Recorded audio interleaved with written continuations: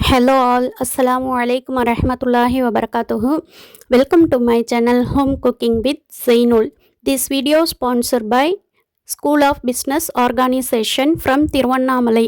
நம்ம School of Businessல எஸ்பிஓன்னு ஷார்ட்டாக சொல்லிக்கலாம். எஸ்பிஓவில் நிறைய ஒர்க் ஃப்ரம் ஹோம்ங்க இருக்குது. அவங்களுடைய திறமையை வெளிக்காட்டுறதுக்கும் இது ஒரு நல்ல ஒரு வாய்ப்பாக இருக்குது.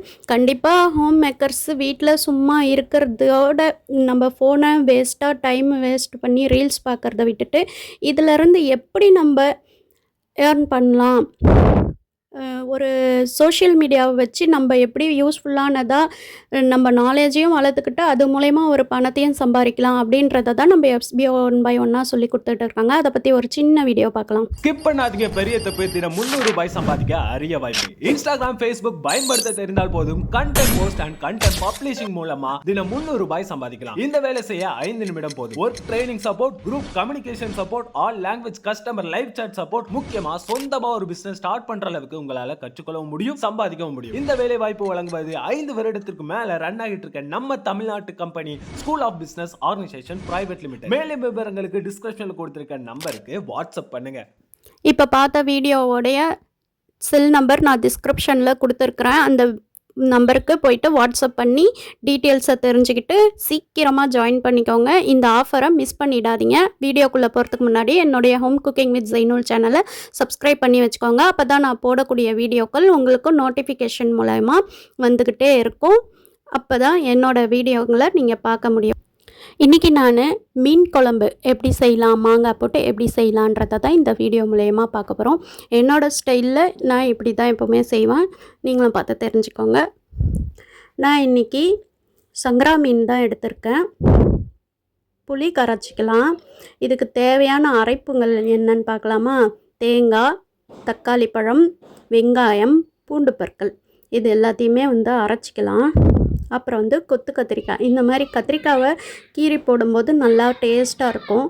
அப்புறம் மாங்காய். அப்புறம் தாளிப்புக்கு நான் சின்ன வெங்காயம், சம்பா வெங்காயமும் பூண்டையும் சின்ன சின்னதாக நறுக்கி வச்சுருக்கேன். இப்போ இதை எல்லாத்தையும் அரைச்சிக்கிட்டு வந்துடலாம். அரைச்சி இந்த புளிக்கரைசலோடு சேர்த்துக்குவோம். தேங்காய் வேணான்றவங்க ஸ்கிப் பண்ணிக்கோங்க, வெங்காயம் தக்காளியை அதிகப்படுத்திக்கோங்க. இப்போ நான் இதை ஊற்றிட்டு கூடவே ஆச்சி குழம்புத்தூள் தான் யூஸ் பண்ணுறோம். ஆச்சி குழம்புத்தூள், மஞ்சள் தூள், மிளகாய்த்தூள் லைட்டாக போட்டுக்கோங்க. தாளிப்பில் நம்ம கொஞ்சம் சேர்த்துக்கலாம், அப்போ தான் கலர்ஃபுல்லாக இருக்கும். இப்போ இதை நல்லா கரைச்சி எடுத்துக்கலாம். இப்போது கடுகு, ஒரு பாத்திரத்தை வச்சு எண்ணெய் ஊற்றி நல்லா சூடு ஏறினதும் வெந்தயமும் கடுகையும் சேர்த்து நல்லா பொரிய விட்டுக்கலாம். நல்லா பொரிஞ்சு வந்த பிறகு கருவேப்பிலை சேர்த்துக்கலாம். பச்சை கருவேப்பிலை தான் பெட்டராக இருக்கும் இதுக்கு. கருவேப்பிலை சேர்த்த பிறகு நம்ம குட்டி குட்டியாக அரிஞ்சு வச்சுருக்க பூண்டை ஒன்றும் அதிகமாக நசுக்கியும் போட்டுக்கலாம். நான் அதிகமாக நசுக்கி தான் போடுவேன். இன்றைக்கி இந்த வெங்காயம் அரியும் போதே அந்த பூண்டு பற்களையும் அரிஞ்சிட்டேன். நல்லா இது தாளித்த பிறகு கூட 2 பச்சை மிளகாய் கீரி போட்டுக்கோங்க. கீரி போட்டு தாளிச்சிக்கோங்க, அது நல்லா ஃப்ளேவர்ஃபுல்லாக இருக்கும். கல் உப்பும் சேர்த்து நல்லா வதக்கிக்கலாம். வதக்கணும் லைட்டாக. இதில் மிளகாய்த்தூள் போட்டு நம்ம தாளிக்கும்போது அந்த எண்ணெய் பிரிஞ்சு வரும்போது மேலே நல்லா கலர்ஃபுல்லாக மிதங்கும். அது பார்க்கவே குழம்பு பார்வையாக நல்லாயிருக்கும். அதுக்காக தான். இப்போ மிளகாய்த்தூள் போட்டு நல்லா வதக்கிட்ட பிறகு கத்திரிக்காவை போட்டு இதில் பாதி குக் ஆகணும். இந்த வதக்கும் போதே அந்த கத்திரிக்காய் பாதி வெந்த பதத்துக்கு வந்துடணும். அந்த அளவுக்கு நம்ம சுருள வதக்கும்போது நல்ல டேஸ்ட் கொடுக்கும். மீன் குழம்புக்கு இந்த மாதிரி ட்ரை பண்ணுங்கள். எனக்கு வெறும் மீன் குழம்பு போட்டு செஞ்சால் பிடிக்காது. இந்த மாதிரி கத்திரிக்காய் மாங்காய் போட்டு செய்கிற மாதிரி இருந்தால் தான் மீனே வாங்குவேன் மெயினாக. இப்போ இந்த கத்திரிக்காவெல்லாம் நல்லா வதங்கட்டும். வதங்கின பிறகு தான் நம்ம அந்த புளி கரைசல் வச்சுருக்கோம் இல்லையா, அதை ஊற்ற போகிறோம். ஊற்றி கொதிக்க விட போகிறோம். ஏன் தேங்காய் சில பேருக்கு தேங்காய் சாப்பிட்டா நெஞ்சு கரிக்கும். அதனால தான் நான் தேங்காய் வேணான்றவங்க ஸ்கிப் பண்ணிக்கோங்கன்னேன். நமக்கு சால்னா கொஞ்சம் நிறைய வேணும் அப்படின்றதுக்காக நான் தேங்காய் சேர்த்து தான் எப்போவுமே குழம்பு வைப்பேன். அதனால் நான் தேங்காவையும் சேர்த்து அரைச்சி ஊற்றிருக்கேன். இப்போது நான் இந்த புளி கரைசலை ஊற்றிட்டேன். ஊற்றி அதை அலசி தண்ணி ஊற்றி கொதி விடலாம். கொத்தமல்லி தழை இருந்தால் போட்டுக்கோங்க. நான் வந்து கொத்தமல்லி தழை யூஸ் பண்ண மாட்டேன். எனக்கு மீன் குழம்புக்கு போட பிடிக்கிறதில்ல, ஏன்னு தெரியல. அது கறி குழம்புக்கு மட்டும்தான் எனக்கு போடுறதுக்கு பிடிக்கும்.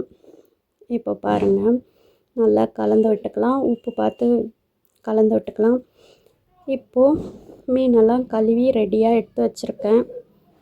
மாங்காவையும் கழுவி வச்சுக்கிட்டேன். இப்போ குழம்பு கொதி ஆரம்பிச்சிடுச்சு. கத்திரிக்காய் வெந்துடணும். நல்லா வெந்துட்ட பிறகு தான் நம்ம மீன் போட போகிறோம். அதுக்கு முன்னாடி மாங்காய் போட்டு ஒரு அளவுக்கு பாதி குக்கான பிறகு மீன் போட்டுக்கலாம். ஏன்னா நம்ம மீன் வந்து முன்னாடியே போட்டுட்டா பிரிஞ்சு போயிடும். ஒரு பக்கம் அப்படியே நான் மீனுக்கு மசாலா போட்டு வச்சுருந்தேன், அதையும் வறுக்கிறேன் தவாவில், இரும்பு தவாவில். இப்போ பாருங்களேன், சிம்மில் வச்சாச்சு. கத்திரிக்காயெலாம் வெந்துடுச்சு. இப்போது நான் மாங்காய் போட்டுக்கிறேன். மாங்காய் போட்டு ஓரளவுக்கு வேகட்டும்.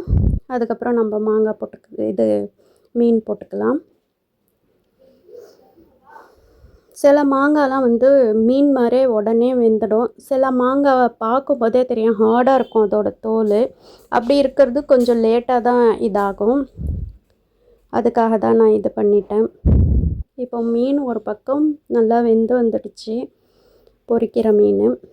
மாங்காவும் பாருங்கள் ஓரளவுக்கு கரையிற மாதிரி ஆயிடுச்சு. இப்போது நம்ம மீனை போட்டுக்கலாம், 1 by 1 போட்டுக்கலாம். நான் எடுத்து வச்சுருக்க மீன் பகுதியெல்லாம் போட்டுக்கிறேன். வால், தலை, உடம்பு மீனாகவும் போட்டுக்கிட்டேன். இந்த மாதிரி செய்யும்போது நல்லாயிருக்கும். மறுநாள் வச்சு இட்லி சுட்டோ இல்லை தோசை சுட்டோ சாப்பிடும்போது அதோட டேஸ்ட்டு நல்லாயிருக்கும். மீன் முக்கியமாக உடையாமல் வரும். அதுக்காக தான் லாஸ்ட்டாக போடுறது. இப்போ பொரிச்ச மீனும் ரெடி. மீன் சால்னாவும் ஓரளவு குக் ஆகிடுச்சு, ரெடி ஆகிடுச்சு. பார்த்தாலே தெரியும். ரொம்பவும் கலக்கக்கூடாது, பார்த்து தான் கலக்கணும். இப்போ மேலே பார்த்திங்கன்னா அழகாக வந்திருக்கும். இப்போ பாருங்கள், சாப்பாடு ரெடியாக இருக்குது. வாங்க சாப்பிட்லாம். உங்களுக்கு ரொம்பவே பிடிச்சிருக்குன்னு நினைக்கிறேன். என்னுடைய இந்த வீடியோ உங்களுக்கு ரொம்ப யூஸ்ஃபுல்லாக இருக்கும்னு நினைக்கிறேன். என்னுடைய ஹோம் குக்கிங் வித் ஜெயினல் சேனலை லைக் பண்ணுங்கள், ஷேர் பண்ணுங்கள், கமெண்ட் பண்ணுங்கள், சப்ஸ்கிரைப் பண்ணி பெல் ஐக்கானை கிளிக் பண்ணி வச்சுக்கோங்க. அப்போ தான் நான் போடக்கூடிய வீடியோக்கள் உங்களுக்கு. அதே மாதிரி நம்ம SBO டிஜிட்டல் மார்க்கெட்டிங் பிளானையும் போய்ட்டு விசிட் பண்ணி பாருங்கள்.